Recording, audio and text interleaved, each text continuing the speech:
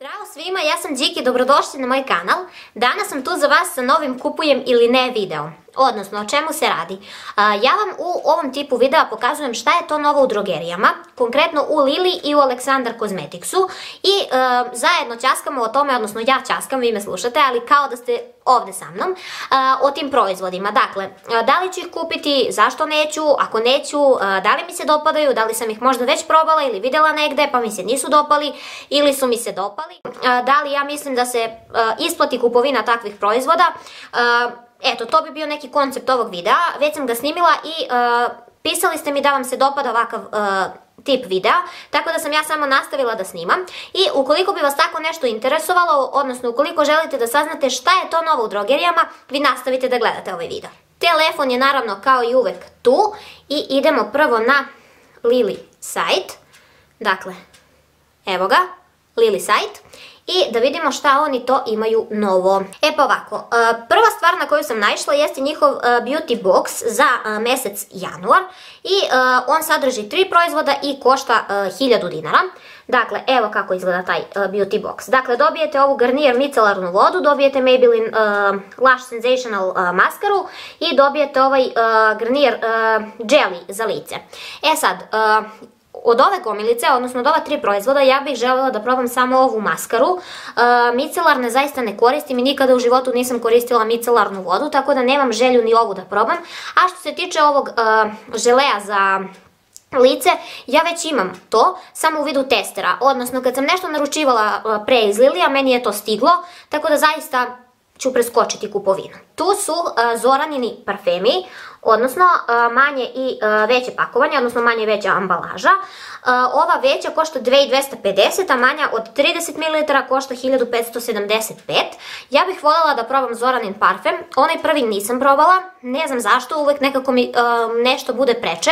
Znam da je sa vanilom, odnosno da je to glavna nota, onaj raniji, i neke kao šećerne puderaste note, to je ono što ja volim, ali nekako uvek mi nešto drugo bude preče i uvek odustanem od njega. Tako da nisam ga uzela, ali ovaj drugi ću možda uzeti, zato što Zorana kaže da je ovo kao neka još jača i još lepša verzija tog prethodnog njenog parfema, tako da eto, ovo ću možda uzeti, ali sada trenutno nije na sniženju, kada bude, možda budem uzela. Sljedeće na što sam naišla jeste L'Oreal sjaj za usne. Kaže Gold Mirage, ja ne znam kako se ovo čita, ali evo kako izgleda. Dakle, sjaj za usne košta 1200 dinara. Meni se ovo sviđa, pravo da vam kažem, sviđa mi se i aplikator, sviđa mi se nijansa, dakle neka nude nijansa je u pitanju, ali da dam baš 1200 dinara za sjaj, nešto i nisam baš preterano zainteresovana. Ima još jednu nijansu koja se zove Pink Quartz, evo nje, i ona je također lepa i možda ovo budem isprobala, ali kada budu na sniženju. E sad, nešto što mi se baš svidjelo jeste također od L'Oreala. To je highlighter za lice i telo, ima 30 ml i izgleda ovako. Dakle, u pitanju je neka onako tamnije zlatna boja, da ne kažem bakarna, ali meni se ovo dopada. Ima 30 ml i ovo će moći da, evo kaže, ukoliko želite svetlucavi efekat preko celog lica, pomešajte highlighter sa vašim puderom i nanesite ga pomoću četkice. Sadrži sitne svetlucave reflektujuće četkice koje pružaju neverovatan sjaj. Čim je neverovatan sjaj, čim su čestice i čim je to sjajno, meni se to odmah sviđa. Ali ne znam kakva je tekstura, samo da nije masno previše, zato što ja i onako imam masnu kožu, još mi to masno fali. Tako da ću morati prvo da vidim ja to u Liliju, odnosno da ispipam ja tester, pa tek onda da vidim da li je dobro. E sad, nešto što bih zaista voljela da probam jesu maske za kosu od Garniera. Dakle, one izgledaju ovako. Ova prva je za veoma oštećenu kosu, a ova druga je za kosu sklonu lomljenju. I one su sad obe na sniženju, koštaju 415 dinara i imaju po 250 ml. E sad, imam, ja mislim, 2-3 balzama već otvorena. Jedan mi je pri kraju i druga 2 su mi tipa po trećinu sam samo potrošila, tako da mislim da neću još uvijek kupovati. Imam jednu masku otvorenu, tako da neću to još uvijek kupovati, ostavit ću još neko vreme da prođe, pa tek onda da vidim da uzmem to. Zatim sam vidjela nešto od Lumsa, novo. Ovo je kao neki njihov Waterproof Makeup Converter and Primer. Evo kako izgleda. Dakle, također je snižen. Ovo je nešto, ja ne znam, kao, da li je ovo mat neka baza za šminku, da, najverovatnije, a imaju još nešto slično, odnosno u istom pakovanju sličnom, samo je to kao nešto što pruža kaže mattifying gel baza za lice i usne, odnosno ovo bi trebalo da kad nanesete, odnosno kad pomešate recimo sa tečnim puderom, da vam pretvori tečni puder u mat. Ja to neću da kupujem zato što ja i onako ne volim mat efekat na licu, ne volim mat pudere, tako da to ću preskočiti, nije mi interesantno. Zatim, ne znam kako se čita ovaj brand, ali imaju kupke za telo, kreme za telo i zaista su prelepa pakovanja, ali je malo viša cena. Evo kako izgleda. Dakle, pakovanja su zaista prelepa i meni se to stvarno sviđa. Evo imaju i ovo zeleno pakovanjce, ali ne znam. Kupka ima 350 ml, a krema za telo ima 200.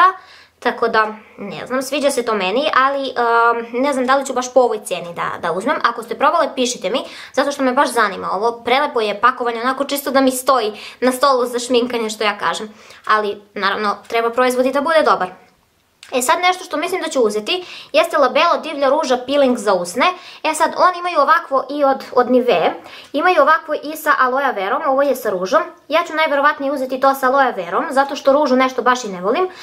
Ovo je kao peeling za usne, odnosno balzam za usne, ali i sadrži neke čestice peelinga, tako da bi trebalo da skidam mrtve ćelije sa usana, a vi znate da ja imam prilično suve usne i da kuburim sa tim, tako da to bih mogla da uzmem. 250 dinara je cena, čini mi se, tako da to bi mogla da kupim. Sad, nova kolekcija od Max Factora, Miracle Prep Beauty Protect 3 u 1 primer, izgleda ovako. Eto ga, on je trenutno snižen. Zatim Max Factor Facefinity All Day korektor i on je snižen i sad je neka fina cena, dakle 583 dinara. I mislim da sam videla tečni puder njihov isti takav, mada ga nema sada ovde. Isti onaj Facefinity puder koji je bio i ranije. Ja ga nisam ni ranije probala, ali sam čula da ga devojke dosta hvale. Međutim, pošto sam u poslednje vreme kupila dosta pudera i korektora, neko vreme sam mirna i neko vreme neću kupovati. U pitanju su njihov gel za čišćenje lica, jedan i drugi i peeling, dakle izgledaju ovako. Ukoliko me pratite, ja sam ovo već kupila, odnosno kupila sam ovaj plavi i roze, zeleni sam dobila. Zeleni još uvijek nisam probala, plavi i roze jesam i oduševljena sam, tako da to ćete slušati u favoritima sve.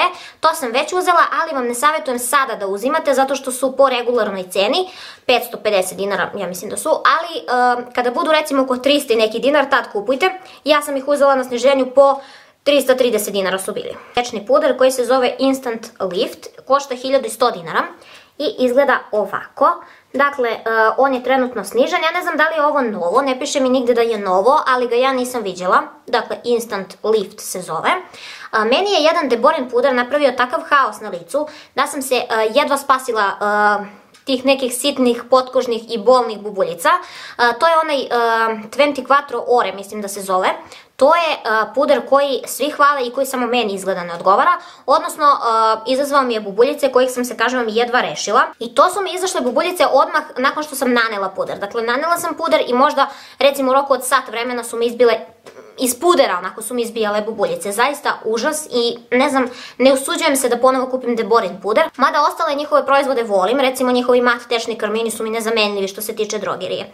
Zatim Carmex je dobio jedan novi ukus ili ti miris, zove se Gold Sugar Plum, ima 26 grama i 295 dinara mu je cena. Ja obožavam onaj njihov žuti Carmex, ovaj je neki roze novi. Kada budem potrošila ovaj žuti, sigurno ću uzeti i ovaj, zato što mi se onaj dopada.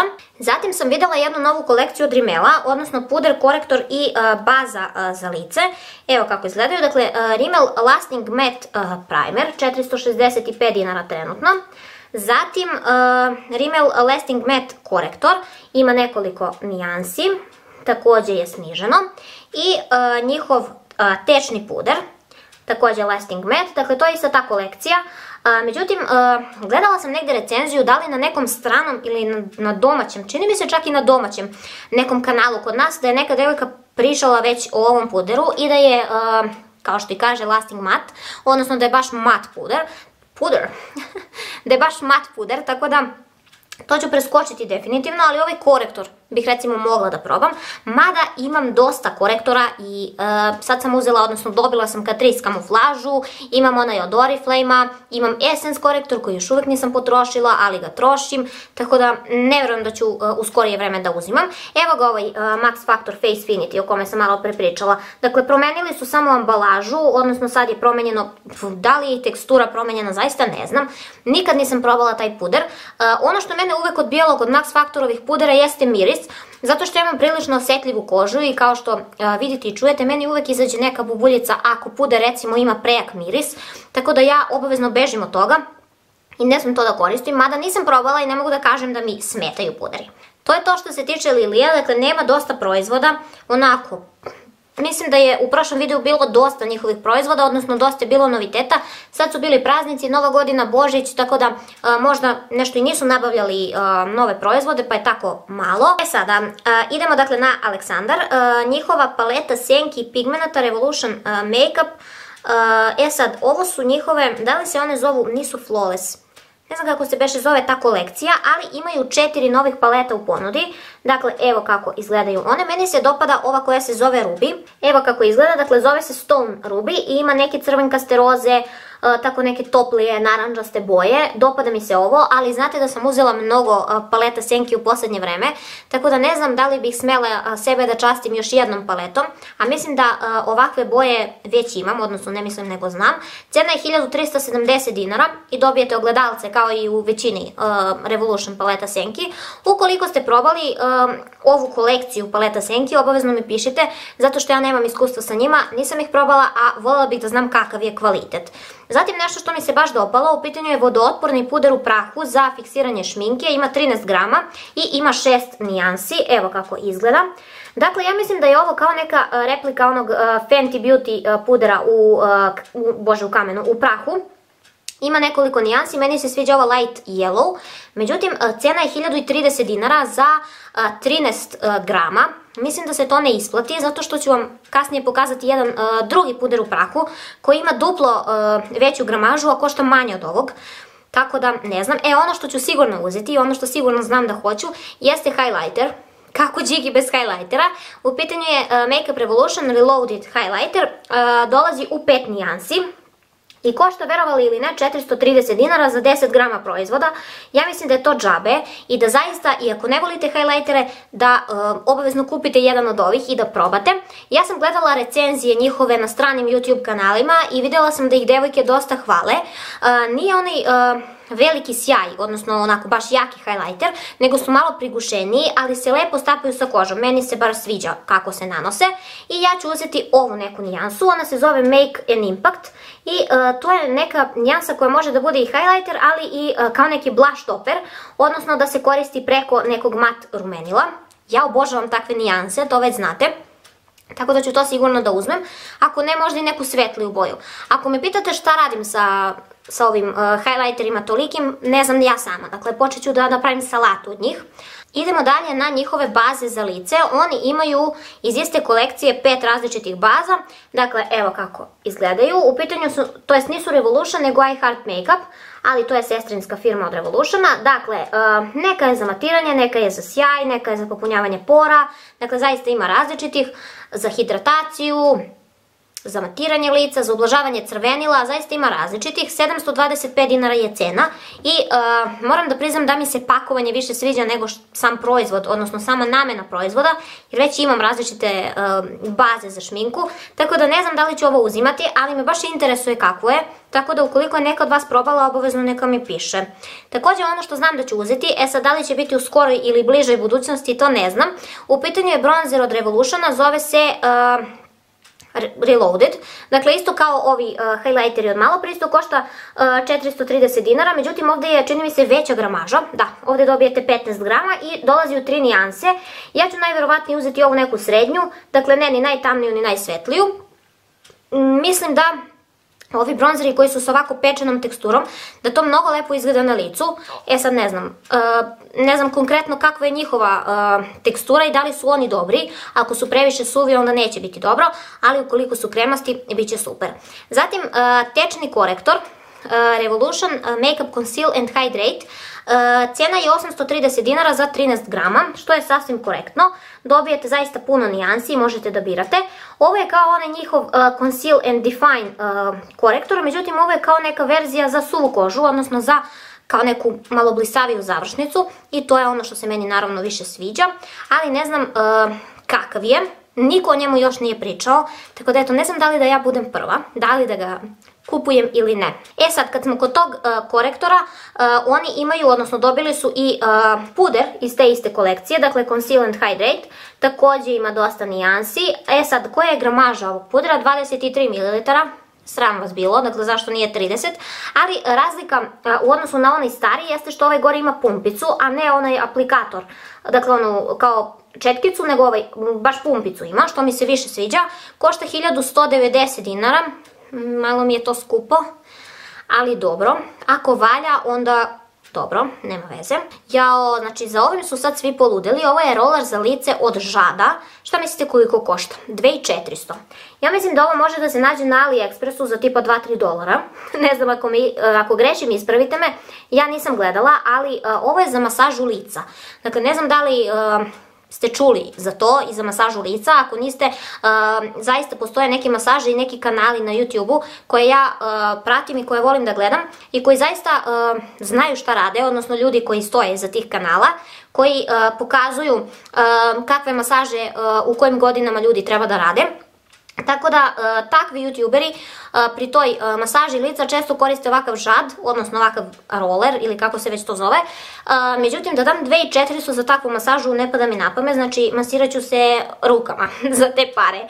Možda to vredi, dakle neću ajde sada pričam, ali zaista da odvojim 2400 za obično nešto, neki roller, zaista neću, kad mogu najverovatnije isti takav da nađem na AliExpressu ili eBayu.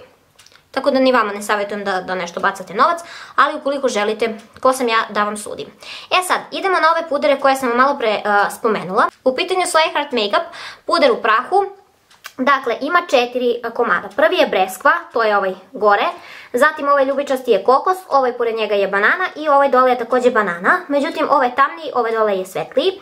I oni imaju koštaju 680 dinara, imaju 22 grama. I sad, evo kako izgleda. Dakle, ja mislim da je ovo neka replika onog Too Faced-ovog Peach Perfect pudera u prahu. Za 680 dinara 22 grama, ja mislim da se to svakako isplati. E sad, koja će nijansa meni baš konkretno odgovarati, ja to ne znam. Dvoumim se između ove svetlije banane i između ove breskve. Tako da ne znam, ukoliko budem uzimala ja ću vam javiti naravno kakvi su. Idemo dalje na senke. iHeart Revolution Forever Flawless, mislim da se zovu, jedna je plava, a jedna je naranđasta, evo kako izgledaju. Javila me jedna koleginica da je ovaj kvalitet, odnosno da je kvalitet ovih senki odličan i da su se odlično pokazale. Meni se sviđa ova plava koja podsjeća na Jeffree Star, kako se zove, Blue Blood ili tako nešto, njegova ona paleta, podsjeća me na tu paletu i to se meni zaista sviđa. Odnosno, same boje mi se baš dopadaju, tako da ne znam. Također imaju još jednu, odnosno imaju još nekoliko tih takvih paletica. Sviđa mi se i ova Rainbow Halloween, koja izgleda ovako. Mislim, baš čudno za mene da mi se dopadaju ovakve boje.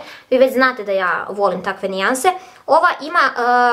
Bože, 1380 dinara košta, međutim trenutno je nema na stanju. I eto ga ljudi, to bi bilo sve što se tiče ovog videa. Pišite mi obavezno dole u komentarima da li ste možda probali neki od ovih proizvoda koje sam ja spomenula u ovom videu.